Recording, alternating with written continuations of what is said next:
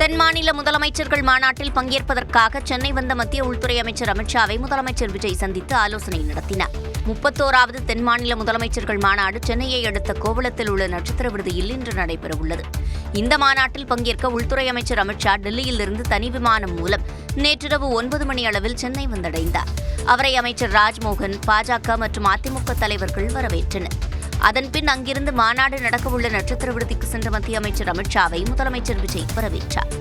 அவர்கள் இருவரும் சுமார் 50 நிமிடங்கள் தனியாக ஆலோசனை நடத்தினர். அதனைத் தொடர்ந்து தென் மாநில முதலமைச்சர்கள் மாநாடு காலை 10 மணிக்கு தொடங்க உள்ளது. இதில் தமிழக முதலமைச்சர் விஜய், கர்நாடக முதலமைச்சர் டி.கே. சிவக்குமார், ஆந்திர முதலமைச்சர் சந்திரபாபு நாயுடு, கேரள முதலமைச்சர் சதீசன், தெலங்கானா துணை முதலமைச்சர் மல்லுப்பட்டி விக்ரமார்கா, அந்தமான் நிக்கோபார் தீவுகள் மற்றும் லட்சத்தீவு ஆகிய யூனியன் பிரதேசங்களின் துணைநிலை ஆளுநர்கள், 6 மாநில தலைமைச் செயலாளர்கள், பல்வேறு துறைகளின் அதிகாரிகள் பங்கேற்க உள்ளனர். இந்த கூட்டத்தில் தென் மாநிலங்களுக்கு இடையேயான ஒத்துழைப்பு, பொருளாதார வளர்ச்சி, தொழில் முதலீடுகள், நீர்வளப் பகிர்வு, குற்றங்கள் தடுப்பு, எல்லை பிரச்சினைகள் குறித்து ஆலோசிக்கப்பட உள்ளது. தமிழகம் மற்றும் கர்நாடக மாநில முதலமைச்சர்களும் தனியாக சந்தித்து காவிரி விவகாரம் குறித்து ஆலோசனை நடத்தலாம் என்று தகவல் வெளியாகியுள்ளது. தென் மாநில முதலமைச்சர்கள் மாநாட்டையொட்டி கோவளத்தில் பலத்த பாதுகாப்பு ஏற்பாடுகள் செய்யப்பட்டுள்ளன. சட்டமன்ற உறுப்பினர்களுக்கு கார் வசதி, பால் கொள்முதல் விலை உயர்வு உள்ளிட்ட அறிவிப்புகளை முதலமைச்சர் விஜய் வெளியிட்டுள்ளார். சட்டப்பேரவையில் 110 விதியின் கீழ் ஆவின் பால் கொள்முதல் விலை லிட்டருக்கு 41 ரூபாயாக உயர்த்துவதாக முதலமைச்சர் விஜய் அறிவித்தார். பால் கொள்முதல் விலையை லிட்டர் ஒன்றுக்கு கூட்டுறவு சங்கம் மூலமாக 1 ரூபாய் உயர்த்தவும், மேலும் அரசு ஊக்கத்தொகை 3 ரூபாயிலிருந்து 5 ரூபாயாக உயர்த்தவும் ஆக மொத்தம் 1 லிட்டர் கொள்முதல் விலை 38 ரூபாயிலிருந்து 41 ரூபாயாக உயர்த்த அரசு முடிவு செய்துள்ளது. இந்த கொள்முதல் விலை உயர்வால் கூடுதலாக ஒரு மாதத்திற்கு ரூபாய் 30 கோடியும் ஒரு ஆண்டிற்கு 360 கோடியும் செலவாகும். அனைத்து எம்எல்ஏக்களுக்கும் அரசு சார்பில் கார் வழங்கப்படும் என்று முதலமைச்சர் விஜய் அறிவித்தார். அனைத்து சட்டமன்ற உறுப்பினர்களுக்கும் அரசு சார்பில் வாகனம் வழங்கப்படும் என்பதை மகிழ்ச்சியோடு தெரிவித்துக் கொள்கிறேன். சட்டமன்ற உறுப்பினர்களுக்கு அரசு வாங்கி வழங்கும் வாகனத்தை பராமரிக்கும் விதமாக வாகனத்திற்கு ஓட்டுநர், எரிபொருள், வாகன பராமரிப்பு உள்ளிட்ட செலவினங்களுக்காக மாதந்தோறும் ரூபாய் 75,000 வாகன படியாகவும், அலுவலக பணிகளில் உதவி செய்ய ஓர் உதவியாளரை நியமித்துக் கொள்ள மாதந்தோறும் ரூபாய் 25,000 உதவியாளர் படியாகவும் வழங்கப்படும். எம்எல்ஏக்களுக்கு வாகன வசதி ஏற்படுத்தி தர வேண்டும் என்று அண்மையில் விசிக எம்எல்ஏ ஜோதிமணி கோரிக்கை விடுத்திருந்தது குறிப்பிடத்தக்கது.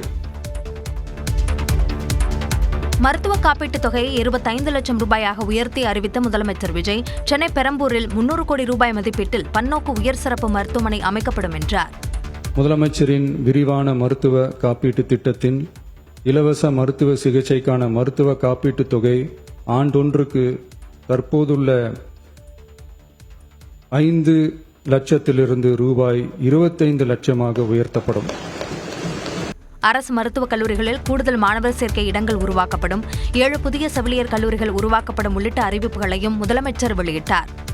7 புதிய அரசு செவிலியர் கல்லூரிகள் தொடங்கப்பட்டு 660 பிஎஸ்சி செவிலியர் மாணாக்கர் இடங்கள் உருவாக்கப்பட்டு, ஏற்கனவே உள்ள செவிலியர் கல்லூரிகள் மற்றும் செவிலியர் பள்ளிகளில் கூடுதலாக 1925 கூடுதல் மாணாக்கர் இடங்கள், எண்முறை மருத்துவம் உள்ளிட்ட 12 துணை மருத்துவ படிப்புகளில் 2778 மாணாக்கர் இடங்கள், மொத்தம் சுமார் 6998 கூடுதல் மாணாக்கர் இடங்கள் உருவாக்கப்படும்.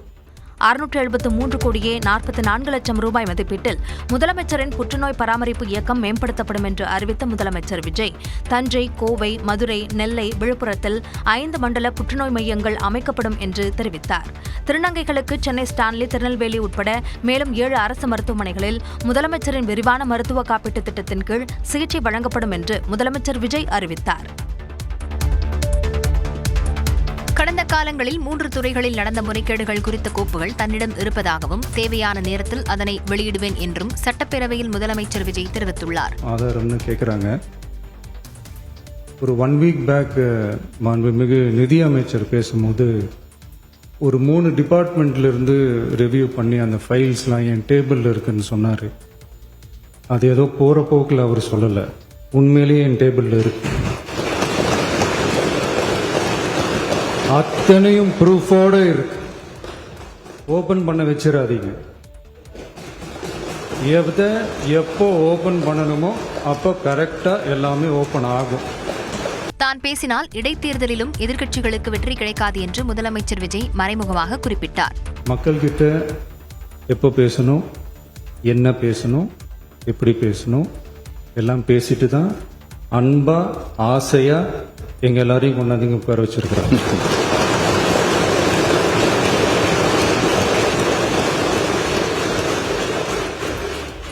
நான் பேசுவேன், பேசக்கூடாதுன்னு ஒன்றும் இல்லை. இடைத்தேர்தலையாவது சில பேருக்கு நல்லது நடக்கணும்ல. மக்களிடம் அன்பாகவும் ஆசையாகவும் பேசிதான் ஒரே தொகுதியில் 7 முறை வெற்றி பெற்றதாகவும், தமிழ்நாட்டிலேயே 2 முறை அதிக வாக்குகள் வித்தியாசத்தில் மக்கள் தன்னை வெற்றி பெற வைத்துள்ளார்கள் என்றும் திமுக முன்னாள் அமைச்சர் ஐ. பெரியசாமி பதிலளித்தார்.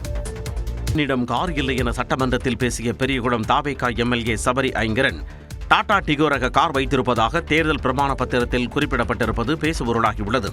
சட்டமன்ற உறுப்பினர்கள் அனைவருக்கும் அரசு சார்பில் கார் வழங்கப்படும் என சட்டப்பேரவையில் முதலமைச்சர் விஜய் அறிவித்தார். இதற்கு நன்றி தெரிவித்து பேசிய பெரியகுளம் தாவேகா எம்எல்ஏ சபரி ஐங்கரன் தன்னிடம் கார் இல்லை என்றும் ஆட்டோவில் தான் சட்டமன்றம் வருவதாகவும் கூறி கவனம் ஈர்த்தார். நான் ட்ரெயின்ல தான் வரேன். அங்கிருந்து இங்க உள்ள ஆட்டோவில் உள்ள வரும்போதெல்லாம் ஒவ்வொரு தடவையும் காவலர் பணியாளர்கள்லாம் கேட்பாங்க, யார் நீங்க? எம்எல்ஏன்னு சொல்லுவேன். ஐடி கார்டெலாம் எடுத்து காமிச்சாலும் நம்ப மாட்டாங்க. ஸோ அதனால மறுபுறம் எம்எல்ஏ என்ற பெயர் பலகை பொருத்தப்பட்டுள்ள இனோவா காரில் சபரி ஐங்கரன் வலம் வரும் வீடியோக்கள் சமூக வலைதளங்களில் பரவி வருகின்றன.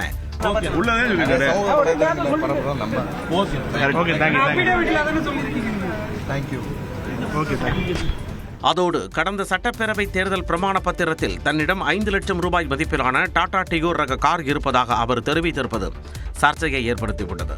இந்த நிலையில் முதல்வரிடம் கார் கேட்டு கோரிக்கை வைத்த விசிக எம்எல்ஏ ஜோதிமணி அனைத்து சட்டமன்ற உறுப்பினர்களுக்கும் கார் கொடுக்கப்படும் என்ற அறிவிப்பை எதிர்பார்க்கவில்லை என்றார். அத்தனை உறுப்பினர்களுக்கும் அந்த வசதி கிடைக்கணுமே அப்படிங்கிற நல்ல எண்ணத்தோட முதல்வர் அவர்கள் எல்லாருக்குமே நல்லதா செய்யணும்னு முயற்சி பண்ணி செஞ்சிருக்காங்க. எதிர்பார்த்தீங்களா இப்படி ஒரு முடிவு வரும் அப்படின்ற? அப்படி எதிர்பார்த்து எந்த இதையும் கேட்கல. இதனிடையே சட்டமன்றத்தில் பேசிய மொடக்குறிச்சி தாவேகா எம்எல்ஏ சண்முகன் தன்னிடம் 2 பென்ஸ் உள்ளிட்ட 4 கார்கள் இருப்பதால் இனோவா காரை வழங்குமாறு கோரிக்கை வைத்துள்ளார். கொடுக்கிற காரை இனோவா காராக கொடுத்தால் நன்றாக இருக்கும் என்று பின்னால் இருக்கின்ற உறுப்பினர்கள் சொல்லுகின்றார்கள்.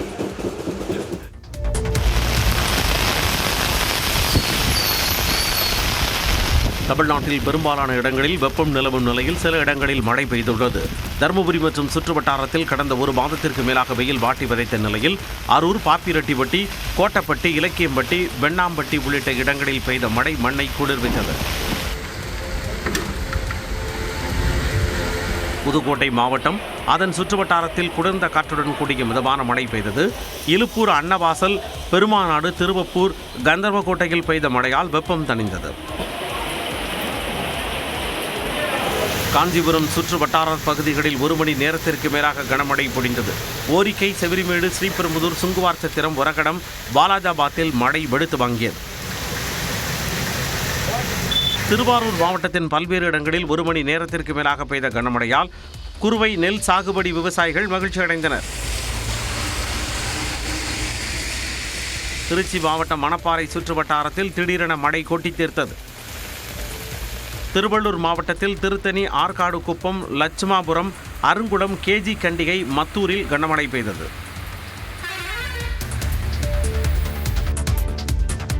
திருவண்ணாமலை மகாதீப மலையில் ஏறுவதாக கூறி மாயமான மும்பை இளைஞரை தெர்மல் ட்ரோன் கேமரா உதவியுடன் காவல் மற்றும் வனத்துறையினர் தீவிரமாக தேடி வருகின்றனர்.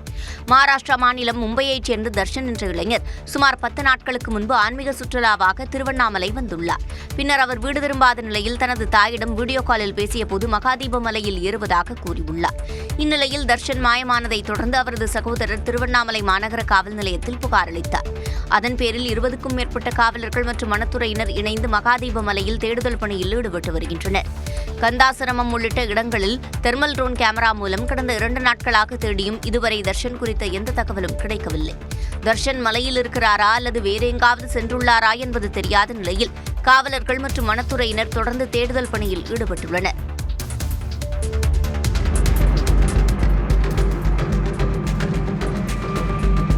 பட்டா வழங்காமல் 5 மாதங்களாக அலைக்கழித்த ஆத்திரத்தில் இளைஞர் ஒருவர் வருவாய் கோட்டாட்சியர் அலுவலகத்தில் புகுந்து ஊழியர் மீது டீசல் ஊற்றி கொடுத்த முயன்ற அதிர்ச்சி காட்சி இது. திருவாரூர் மாவட்டம் வேலங்குடி கிராமத்தில் உள்ள புறம்போக்கு நிலத்தை 30 ஆண்டுகளுக்கு மேலாக தெய்வானை என்பவர் அனுபவித்து வந்துள்ளார். 2160 சதுர அடி பரப்பளவு கொண்ட அந்த நிலத்தை அரசு வேறொரு பயனாளிக்கு பட்டா போட்டு கொடுத்ததாக கூறப்படுகிறது. இதையடுத்து அந்த இடத்திற்கு தனது பெயரில் பட்டா வழங்கும்படி தெய்வானையின் மகன் ராம்கி திருவாரூர் வருவாய் கோட்டாட்சியர் அலுவலகத்தை நாடியுள்ளார். 5 மாதங்களாக அலைந்தும் அதிகாரிகள் எந்த நடவடிக்கையும் எடுக்காததால் ஆத்திரமடைந்த ராம்கி அரசு அலுவலகத்திற்குள் புகுந்து தான் கொண்டு வந்த 1 லிட்டர் டீசலை ஊழியர்கள் மீது ஊற்றி கொடுத்த முயன்றார். அவரை தடுத்து நிறுத்திய அரசு ஊழியர்கள் சரமாரியாக தாக்கினர்.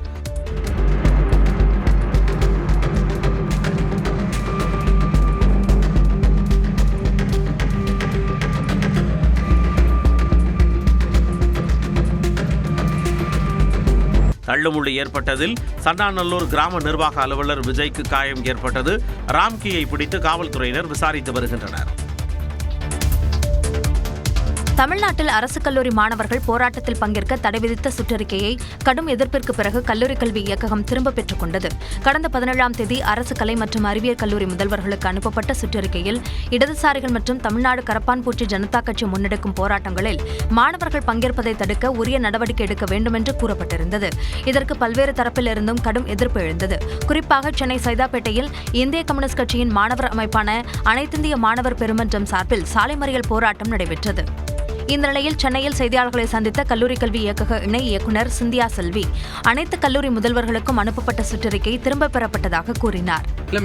என்ன காரணத்துக்காக அது மேல சர்க்குலேட் பண்ணப்பட்டது அப்படி அந்த அறிவிப்பு வெளியிடப்பட்டது அதுவும் அது என்ன சொல்லிட்டாங்கன்னா டிசிப்ளின் இருக்கணும்ங்கறது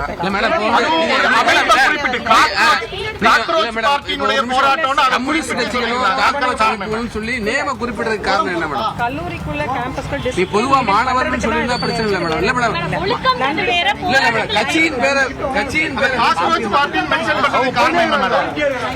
கல்லூரியில் சட்டம் ஒழுங்கு அமைதி இருக்க வேண்டும் என்பதற்காகத்தான் சுற்றறிக்கை அனுப்பப்பட்டதாகவும் வேறு எந்த தனிப்பட்ட காரணமும் கிடையாது என்றும் விளக்கமளித்தார்.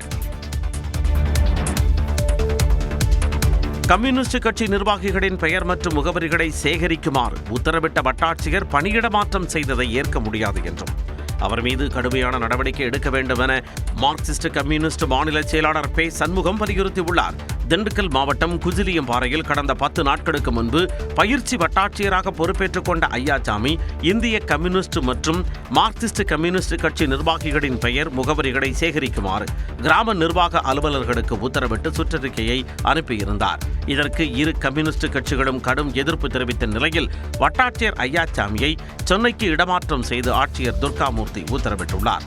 சட்டப்பேரவையில் இதுகுறித்து பேசிய அமைச்சர் ஆதவ் அர்ஜுனா உரிய விசாரணை நடத்த கோரி சுற்றறிக்கை அனுப்பப்பட்டிருப்பதாக விளக்கமளித்தார். கம்யூனிஸ்ட் தோழர் கேட்ட கேள்விக்கு நேற்று இரவே சுற்றறிக்கை அமைச்சாச்சு. அந்த சுற்றறிக்கையை இங்க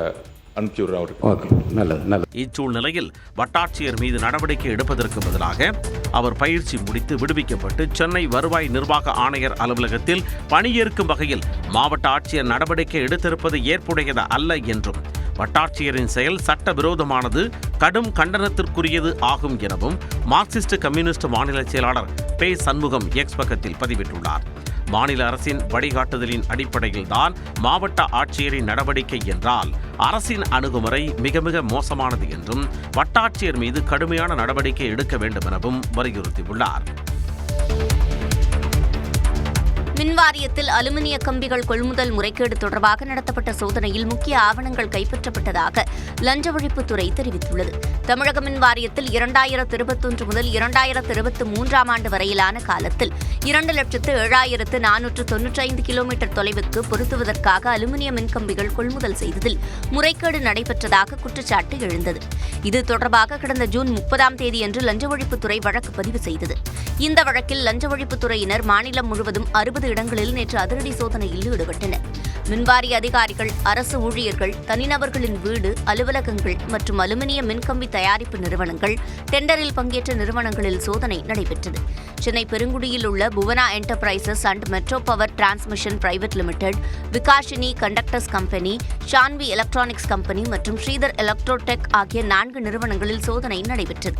மதுரை அவுனியாபுரத்தில் ஓய்வு பெற்ற தலைமை பொறியாளர் பாஸ்கர் வீட்டிலும் சோதனை மேற்கொள்ளப்பட்டது. இந்த சோதனையில் டெண்டர் தொடர்பான ஆவணங்கள், டிஜிட்டல் ஆதாரங்கள், முக்கிய ஆவணங்கள் மற்றும் போலி நிறுவனங்கள் தொடர்பான விவரங்கள் கைப்பற்றப்பட்டதாக லஞ்ச ஒழிப்புத்துறை தெரிவித்துள்ளது. ஊராட்சி ஒன்றிய சாலைகள் மற்றும் கிராம ஊராட்சி சாலைகள் 1634 கோடியில் மேம்படுத்தப்படும் என்று ஊரக வளர்ச்சித்துறை அமைச்சர் என். ஆனந்த் அறிவித்துள்ளார். சட்டப்பேரவையில் ஊரக வளர்ச்சி மற்றும் ஊராட்சித்துறையின் மானிய கோரிக்கை மீதான விவாதத்திற்கு பதிலளித்து பேசிய அவர் புதிய அறிவிப்புகளையும் வெளியிட்டார். அதன்படி ஊரகப் பகுதிகளில் 10,000 இடங்களில் புதிய குளங்கள் 650 கோடி மதிப்பீட்டில் உருவாக்கப்படும். 7,500 கிலோமீட்டர் நீளமுள்ள வரத்து மற்றும் பாசன கால்வாய்கள் 500 கோடி மதிப்பீட்டில் புனரமைக்கப்படும்.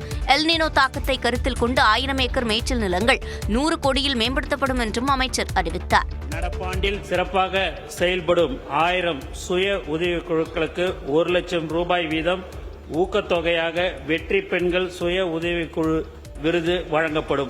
முன்னதாக கலை, பண்பாடு, தொல்லியல் துறை, அருங்காட்சியகம் துறை சார்ந்த மானிய கோரிக்கைகளுக்கு பதிலளித்த அமைச்சர் ராஜ்மோகன், மண்ணின் கலைகளை மரபு மாறாமல் மேம்படுத்திடும் வகையில் கலை ஆராய்ச்சி மையங்கள் அமைக்க 2 கோடி ரூபாய் நிதி ஒதுக்கீடு செய்யப்படும் என்று அறிவித்தார். 58 வயது நிறைவடைந்த நலிந்த கலைஞர்களுக்கு வழங்கப்படும் மாதாந்திர நிதி உதவி 3,000 ரூபாயாக உயர்த்தப்படுவதாகவும், முதலமைச்சர் கலந்து கொள்ளும் அனைத்து நிகழ்ச்சிகளிலும் நாட்டுப்புற கலை நிகழ்ச்சி நடத்த முடிவு செய்யப்பட்டுள்ளதாகவும் அறிவித்தார்.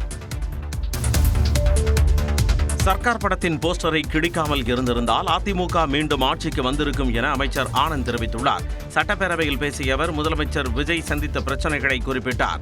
ஒரு மனிதனை எப்படியெல்லாம் புண்படுத்தணுமோ, எப்படியெல்லாம் கஷ்டப்படுத்தணும்னு எல்லாருமே நிறைய பேர் அதை செஞ்சிட்டாங்க. சர்க்கார் என்ற ஒரு படத்தில் ஒரு பேனரை கிழிக்காமல் இருந்திருந்தா இவங்க தான் திருப்பி வந்திருப்பாங்க. அந்த ஒரே ஒரு பேனர் தலைவர் சர்க்கார் பேனரை கிழிச்சதுனால தான் நீங்க விட்டுட்டு உக்காந்துட்டீங்க. முதலமைச்சரின் முகத்தால் தான் தங்களுக்கு மக்கள் வாக்களித்ததாக கூறிய அமைச்சர் ஆனந்த், கோடி ரூபாய் கொடுத்தாலும் தாவேகா உறுப்பினர்களை விலைக்கு வாங்க முடியாது என்றார். இப்போ கூட சரி, எங்க ஆளுங்க கிட்ட இருந்து நீங்க ஒரே ஒரு ஆளை கூட நீங்க இப்படி இன்னாட்ட இப்படி வான்னு சொன்னா வரவே மாட்டாங்க. முதலமைச்சர் விஜய்க்கு சினிமாவை தாண்டி நடிக்க தெரியாது எனவும் அமைச்சர் ஆனந்த் கூறினார். செய்தியாளர்களை பார்த்தால் வேகமாக நடப்பது ஏன் என சட்டப்பேரவையில் திமுக உறுப்பினர் துரை சந்திரசேகரன் கேள்வி எழுப்பிய நிலையில் செய்தியாளர்கள் தேவையில்லாத கேள்வி கேட்டு ட்ரோல் செய்வார்கள் என அமைச்சர் ஆனந்த் விளக்கமளித்தார். பத்திரிகையை கண்டாதான் ஏன் இப்படி வேகமா போறாருன்னு தெரியல. பத்திரிகை கண்டா கிட்டு போயிடுறாரு. எந்த பத்திரிகையும் பதில் சொல்ல மாட்டேங்கிறாரு. அது ஒரு புது டெக்னிக் தான்.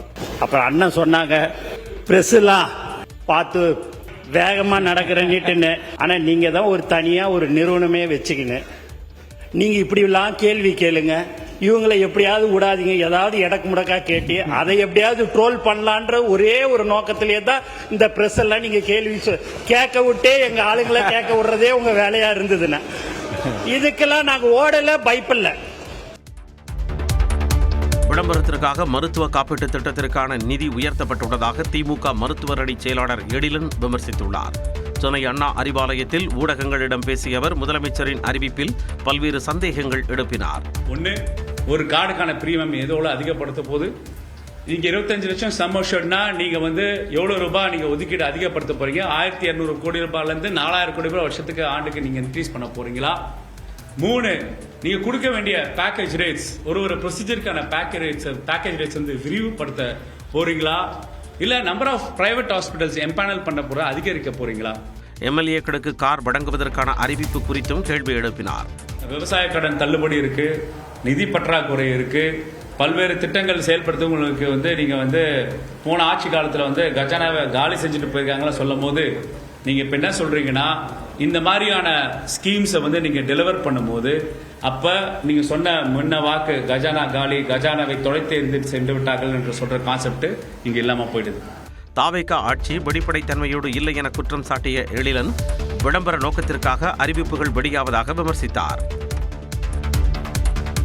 கும்மிடிப்பூண்டி கூடூர் இடையே புதிய ரயில் வழித்தடம் அமைக்க மத்திய அமைச்சரவை ஒப்புதல் அளித்துள்ளது. டெல்லியில் பிரதமர் நரேந்திர மோடி தலைமையில் மத்திய அமைச்சரவை கூட்டம் நடைபெற்றது. இதில் 13,041 கோடி ரூபாய் மதிப்பிலான உட்கட்டமைப்பு திட்டங்களுக்கு ஒப்புதல் அளிக்கப்பட்டது. குறிப்பாக இந்திய ரயில்வே அமைப்பை விரிவுபடுத்துவதற்கான 9,450 கோடி ரூபாய் மதிப்பிலான 4 முக்கிய திட்டங்களுக்கு மத்திய அமைச்சரவை ஒப்புதல் அளித்தது. அதன்படி தமிழ்நாடு, ஆந்திரா மாநிலங்களை இணைக்கும் வகையில் கும்மிடிப்பூண்டி கூடூர் இடையே 3வது மற்றும் 4வது வழித்தடங்கள் அமைக்கப்பட உள்ளதாக மத்திய அமைச்சர் அஸ்வினி வைஷ்ணவ் தெரிவித்துள்ளார். गुम्मीदपुंडी से लेके गुद्दूर तक ये 90 किलोमीटर का है. यहाँ पे 3rd and 4th लाइन, अभी डबल लाइन है, इसको 3rd and 4th लाइन. इस प्रोजेक्ट की कॉस्ट है 2,229 करोड़ और एक मेगा ब्रिज है. स्वर्णमुखी नदी है, स्वर्णमुखी रिवर पे 360 मीटर्स का ब्रिज रहेगा.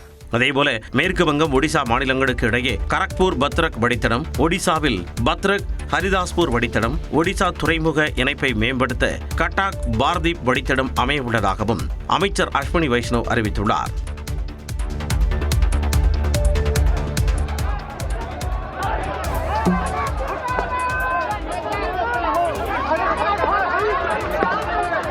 பீகாரில் மாணவர் பிரச்சனைகளை முன்னிறுத்தி ஆளுநர் மாளிகை நோக்கி பேரணி சென்ற ராஷ்டிரிய ஜனதா தளம் கட்சியினருக்கும் காவல்துறையினருக்கும் இடையே தள்ளுமுள்ளு ஏற்பட்டது.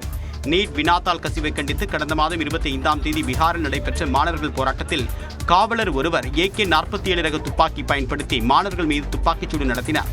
இதுகுறித்து மாநில அரசு விளக்கம் அளிக்க கோரியும், வினாத்தாள் கசிவு, வேலையின்மை உள்ளிட்ட மாணவர்கள் பிரச்சனைகளை கண்டித்தும் பாட்னாவில் ராஷ்டிரிய ஜனதா தளம் கட்சியின் தலைவர் தேஜஸ்வி யாதவ் தலைமையில் ஆளுநர் மாளிகை நோக்கி பேரணி நடைபெற்றது. அவர்கள் மீது தண்ணீரை பீச்சியடித்து காவல்துறையினர் தடுக்க முயன்றனர். தொடர்ந்து தேஜஸ்வி யாதவ் உள்ளிட்டோரை காவல்துறையினர் கைது செய்தனர். सरकार डरी हुई है. हम लोग शांतिपूर्ण मार्च कर रहे थे तिरंगा लेकर के, छात्रों के मुद्दे को लेकर के. தேஜஸ்வி யாதவ் கைதாகி சென்ற பேருந்தின் மீது அவருடைய ஆதரவாளர்கள் ஏறிக்கொண்டு சென்றனர். மத்திய அமைச்சர்கள் அனைவரும் பல்கலைக்கழகங்கள் மற்றும் அரசு பள்ளிகளுக்கு நேரில் சென்று மாணவர்களுடன் கலந்துரையாட வேண்டும் என்று பிரதமர் நரேந்திர மோடி உத்தரவிட்டுள்ளார். மத்திய அமைச்சரவைக் கூட்டம் பிரதமர் மோடி தலைமையில் நேற்று நடைபெற்றது. இதில் அமைச்சர்களின் சமூக ஊடக பங்களிப்பு மற்றும் செயல்திறன் குறித்த தரவரிசை பட்டியல் பகிரப்பட்டது. கடந்த மே மாதம் முதல் ஆகஸ்ட் 15ஆம் தேதி வரையிலான காலகட்டத்தில் சமூக ஊடகங்களில் திறம்பட பங்களிப்பு ஆற்றியவர்கள் பட்டியலில் பிரதமர் மோடி முதலிடத்தை பிடித்துள்ளார். மத்திய அமைச்சர்கள் அமித் ஷா, ராஜ்நாத் சிங், நிதின் கட்கரி, சிவராஜ் சிங் சௌகான், பியூஷ் கோயல், அஸ்வினி வைஷ்ணவ், CR பாட்டீல் ஆகியோர் சிறந்த செயல்திறனை வெளிப்படுத்தியதாக தெரிவிக்கப்பட்டது. இதேபோன்று மக்களவை எதிர்க்கட்சித் தலைவர் ராகுல் காந்தி, தமிழக முதலமைச்சர் விஜய் உள்ளிட்டோரும் சமூக ஊடகங்களில் சிறப்பாக செயல்படுவதாக இந்த கூட்டத்தில் சுட்டிக்காட்டப்பட்டுள்ளது. தொடர்ந்து அரசு முடிவுகளை வெறுமனே பதிவிடுவதற்கோ அல்லது மறுபதிவு செய்வதற்கோ பதிலாக சமூக ஊடகங்கள் மூலம் சுவாரஸ்யமான தகவல் தொடர்புகளை மேற்கொள்ளுமாறு அமைச்சர்களை பிரதமர் கேட்டுக் கொண்டார். ஜென்சி மற்றும் ஜென் ஆல்பா தலைமுறையினருடனான தொடர்பை வலுப்படுத்தும் விதமாக மத்திய அமைச்சர்கள் அனைவரும் பல்கலைக்கழகங்கள் மற்றும் அரசு பள்ளிகளுக்கு நேரில் சென்று மாணவர்களுடன் கலந்துரையாட வேண்டும் என்றும், பள்ளிகளில் செயல்படுத்தப்படும் மதிய உணவு திட்டம் உள்ளிட்ட வசதிகள் குறித்து ஆய்வு செய்ய வேண்டும் என்றும் பிரதமர் மோடி அறிவுறுத்தியுள்ளார்.